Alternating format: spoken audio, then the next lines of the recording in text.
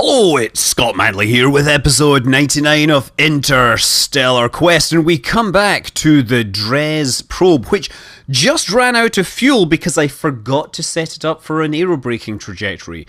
That means the only person in any position to do anything about it is, of course, the Draco. Back from its epic mission to Moho, it's down to 50% or less than 50% of its fuel supply, but that still leaves plenty of delta V for it to approach match velocities and a rendezvous with this spacecraft to pick up whatever science it has left over. I mean, sure, we already have that scientific data from the Yoga mission, the warp-capable spacecraft. But this is, of course, something that has been acquired using antiquated technology. It's like the collector's items of scientific data. Honestly, I expect that the crew of the Draco simply want to examine this thing up close, to look at an artifact from an old age, an ancient time where we didn't know anything about fusion or antimatter. No, we just had good old-fashioned nuclear fission. Anyway, after some heavily edited manoeuvring, which you don't really need to know the details of because you are all experts by now, we leave Kerbin's sphere of influence a little ahead of our target. But yes, we are in pursuit of this spacecraft, this wanderer, which is doomed to wander the space beyond Kerbin for an eternity, or at least until its orbit brings it back into a collision course with Kerbin. I mean, a collision with Kerbin is incredibly unlikely on short timescales, but it does have at least one of its orbital nodes passing through the area swept out by the sphere of influence of Kerbin, so it should keep on interacting until eventually something happens. Although there's also a possibility that it undergoes an encounter and escapes off to infinity. That's really the fate of most asteroids. They either collide with a parent body or they get kicked out of the solar system altogether. It's actually an important factor in figuring out how the solar system evolved, to figure out how much mass was originally in the asteroid belt and how much has been lost due to the interactions of Jupiter and the other planets. It's really pretty darn complex. Normally the gravitational interactions due to Jupiter aren't that big and they tend to kind of cancel each other out, but sometimes after orbiting in a safe orbit for billions of years, an asteroid will kind of fall into a mean motion resonance and suddenly in a few million years it's literally destroyed. Anyway, we're coming in for final approach next to the Dres lander probe, which we never really came up with an interesting name for, or if we did, it has been lost to the ages. And yes, I have no crew in the cockpit. The spacemen are still in the space lab, enjoying their space coffee aboard their spaceship in space. Okay, yeah, so Archibald Kerman will be the one. You know, there's something really awesome, I think, about getting super deep into space. 13 million kilometers in this case, away from the sun. And then basically parking within 100 meters of a target and EVAing across the distance with nothing around for millions of kilometers. There's something really, awesome about doing that. Anyway, Archibald is getting some data for his science collection. It's just going to go in the scrapbook, to be honest, because we probably already know all of this. But hey, if we upgraded to 0.90, which is of course impossible, we would have biomes on Dres and we would actually have a reason for this thing. As it is, it's just going to go and kind of sit around and he's going to admire the data sitting on his shelf above the fire next to his collection of ships in bottles. And by ships, of course, I mean rocket ships, because they're a lot easier to fit into bottle compared to those old-fashioned ships with sails and stuff that poked up into the sky. Well, Archibald takes to the controls, bids farewell to the Dres lander, and prepares to depart. Propulsion system online, and we are leaving. Yes, you may wander forever in deep space. Good thing this isn't reusable space program, or I'd have to bring that thing back. That would just be a whole bunch of hurt waiting to happen. So anyway, yeah, to get back to Kerbin, of course, we just have to thrust towards Kerbin. When we left, we were pretty much going directly away from it. So our velocity vector won't have changed much. We can just thrust back towards it, and sure enough, within a day and a half, we're going to have an encounter with Kerbal, and then we can continue our descent. Okay, so the next item on the alarm clock list are these discarded fuel tanks flying over Joule. I should point out that if you have any sensitivity to flashing lights, you probably shouldn't watch this video. I mean, I say discarded fuel tanks, but these were, of course, designed to work as impact probes and various other things. They are space probes of a sort. However, they're probably not going to make it all the way down into Joule's atmosphere. They're going to burn up in the high atmosphere because they have no heat shield. And even if they don't burn up in the high atmosphere, they're probably going to get their solar panels torn off. So really, these things are doomed. It's just a question of how they meet their fate with honor. Yes, indeed, the second one is even more daring, using its limited amount of RCS fuel to drop its periaps down deeper inside the atmosphere, and hopefully means that I won't have to sit and watch it burn up for as long. It is unlikely to last long, given that it's travelling at 8.5 kilometers per second through the atmosphere, and the pressure is only building, or the density is only rising up. Something has to give. And that's something. And you can see it just shooting off in the distance there. It is still actually active, it's just that the lowest value part on it was probably the separator, so the separator exploded, and the rest of the spacecraft continued on to at least last a little longer. It's still alive, and the temperature is going all over the place. 600, 700, 800, 900... 1,000, something else exploded. 1,000, and we're going up now. Temperature is rising, but you know what? We are headed up. However, the spacecraft is crippled. It is now missing its solar panels. It does have some control, and actually, using the aerodynamic properties of Ferrum Aerospace, I can actually use the body like a spoiler to push the spacecraft down into the atmosphere, and also slow things down. So we've dropped about 0.5 kilometer per second, and the whole orbit is now under 10 hours. Unfortunately, 10 hours is more than it has in terms of battery life. This probe will be dead by the time it gets around there. So there is one trick that's actually kind of useful if you don't know this.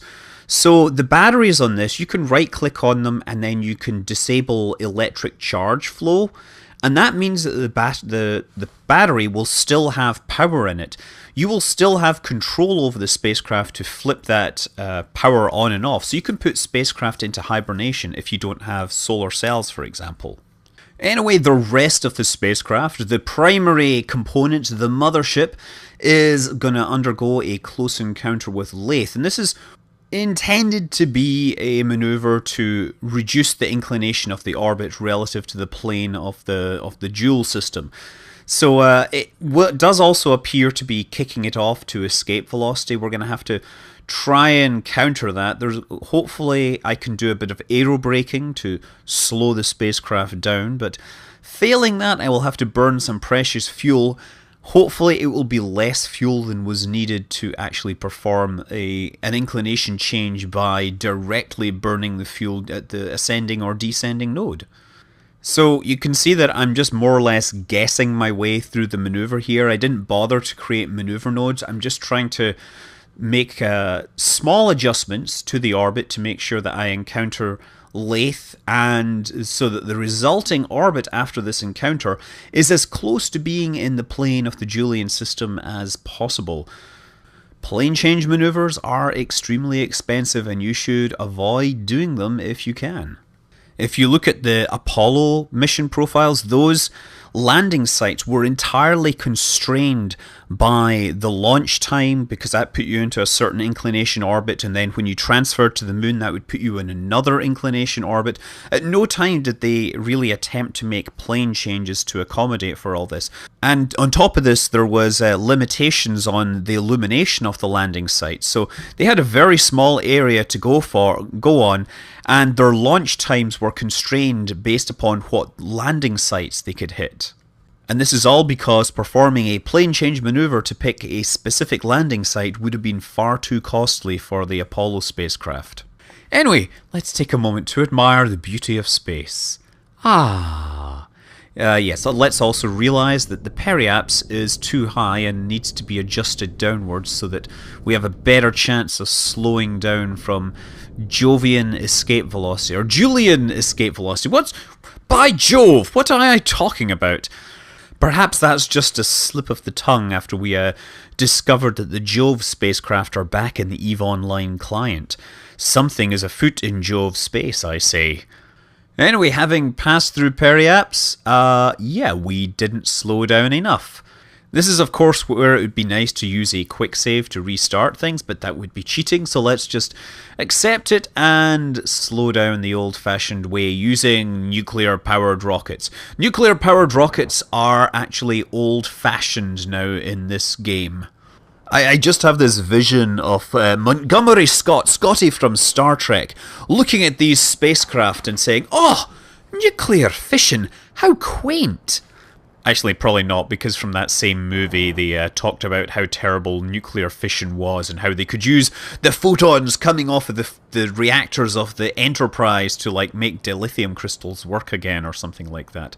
And yeah, that was the movie that put Alameda on the map of everybody elsewhere in the entire world. So when I used to live in Alameda, people immediately would say nuclear vessels. But this nuclear vessel is putting itself into orbit around Joule. We've already captured, oh look at it, admiring the green giant in the background.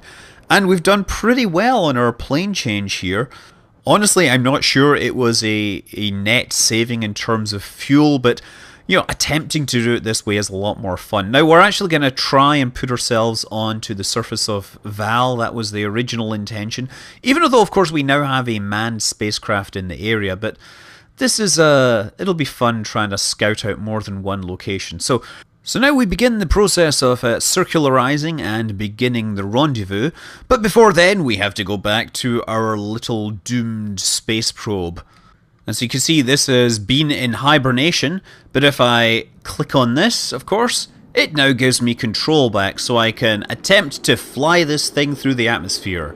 Not that it has any wings or anything to help it fly, but lifting body effect does actually make a significant difference with the flight of this, or the trajectory of this spacecraft. I'm not going to say flight.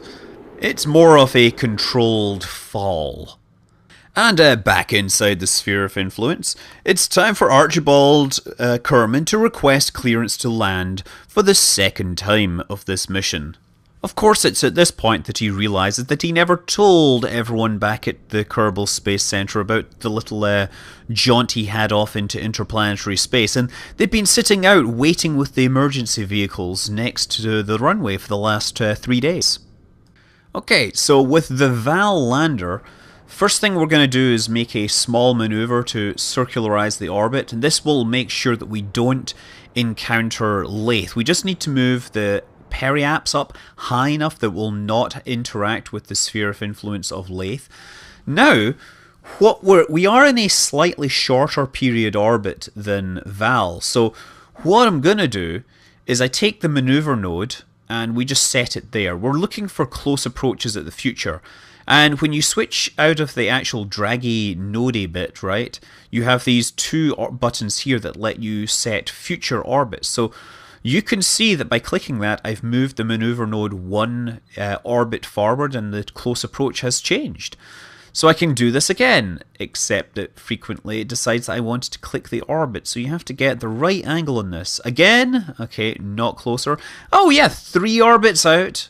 And we're going to actually encounter Val. 5 days, 11 hours. So time to set up a little Kerbal alarm clock message so it will remind us and so that we won't fly past it. Unfortunately, we don't have a way in the alarm clock to set an alarm for this because the maneuvers... I guess we could set an alarm for that maneuver if we like. But instead, I just set my alarm for like 5 days hence, giving me 11 hours to make a suitable encounter vector out of the whole thing. And now finally we are back to our doomed probe. The apoapse has dropped to 700 kilometers and it is surely going to die. Obviously, It is not equipped for this. As I said, no heat shield, it has limited power source, it has almost no maneuvering capability. So getting to the surface is really not something it was designed for. Of course, that makes this a challenge. I kind of got distracted by this whole thing and thought, what are the odds that I could get this down through the atmosphere? Or rather, how low can I get this through the atmosphere? Can I even get it near to the surface? The surface that doesn't actually exist. Anyway, yeah, we take control of the spacecraft and immediately we're going upwards. So what I do is I pitch the spacecraft down so that the lifting body effect keeps me inside the atmosphere. This kind of aerodynamically controlled descent is all about controlling vertical speed. If you're going down too fast, then the pressure builds up too quickly and you will burn up.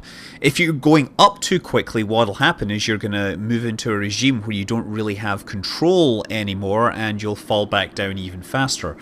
So I'm pitching the nose up and you can see my vertical speed is actually slowly rising once again.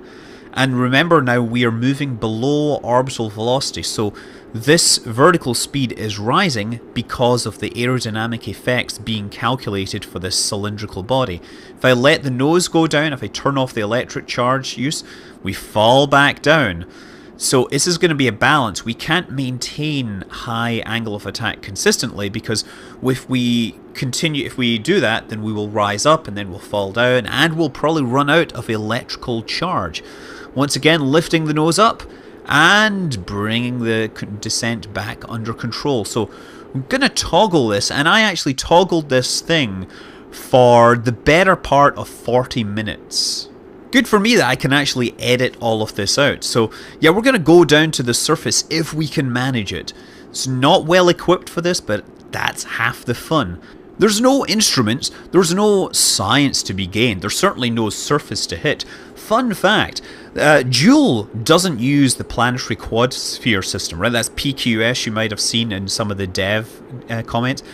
That's why when Danny tries to destroy planets and comes up with a new exploit, they destroy every planet. They do not destroy Joule or the Sun because they do not use PQS. They use a different rendering system. So the bugs which can destroy a PQS planet perhaps cannot affect the non-PQS bodies, entities within the Kerbal system. Anyway, look, we've dropped our velocity down to under 4 kilometers per second and we are still alive. We are definitely falling here, but yeah, so to bring this spacecraft the nose up, I've been using the monoprop. And unfortunately, around 90 kilometers mark, I start to realize that I'm running out of monoprop. The good news is that we still have reaction wheels. However, obviously the reaction wheels are not nearly as powerful as the monoprop. Also, this spacecraft is supposed to have 2 sets of RCS thrusters. One of them obviously fell victim to re-entry heating on a previous pass. But yeah, it seems that we're practically out of monopropellant. We are going to have to switch to reaction wheel only. Now, of course, flying spacecraft using the aerodynamic properties during re-entry is something that all spacecraft actually do. The difference is they're usually designed for it. Yeah, the Apollo spacecraft, I've pointed out, they deliberately had the center of mass of the spacecraft at an angle offset from the center so that the spacecraft would naturally sit at an angle, and then they could rotate the spacecraft to whatever orientation they needed to actually fly the spacecraft. They do not have reaction wheels nearly as powerful as I have. Look at this, I am now sustaining a 45-degree angle of attack using reaction wheels alone. Speed has been dropped down to 2,500 meters per second, and there is a pretty good chance, if I can just keep this thing under control, that I can make it through the atmosphere. The trick now is, of course, to balance out the amount of lift you're getting versus the heating. If you drop further down, then you're going to get more lift, but your re-entry heating is going to get higher as well. So I'm trying to maintain like 1G, but I'm trying to maintain my vertical speed for as long as possible. The deceleration is just under 1G, and now we've dropped below 2 kilometers per second. We have, our thruster block is now hitting several hundred degrees. The nose, well, the tank at the front. That is what qualifies as the nose, I guess, because it's narrower than the rest. I mean, that helps. It provides an implicit stability to the spacecraft, although it does mean that we actually need to fight against this natural stability using the reaction wheels. Anyway, the whole thing was in fact successful. I flew a spacecraft which was really not designed to fly. I managed to descend through the atmosphere, bringing my spacecraft down to subsonic velocities. You'll notice that although the surface velocity is about 350 meters per second, the Mach number is about 0.23. That's because this is a hydrogen atmosphere and the speed of sound is higher. Anyway, eventually I get low enough and my reaction wheels are no longer able to compensate, and the spacecraft begins its plunge towards the non-surface of Joule. No doubt sending back historic pictures of the interior. What the heck is going on here? And with that ridiculous waste of time, it's time for me to say, I'm Scott Manley, fly safe.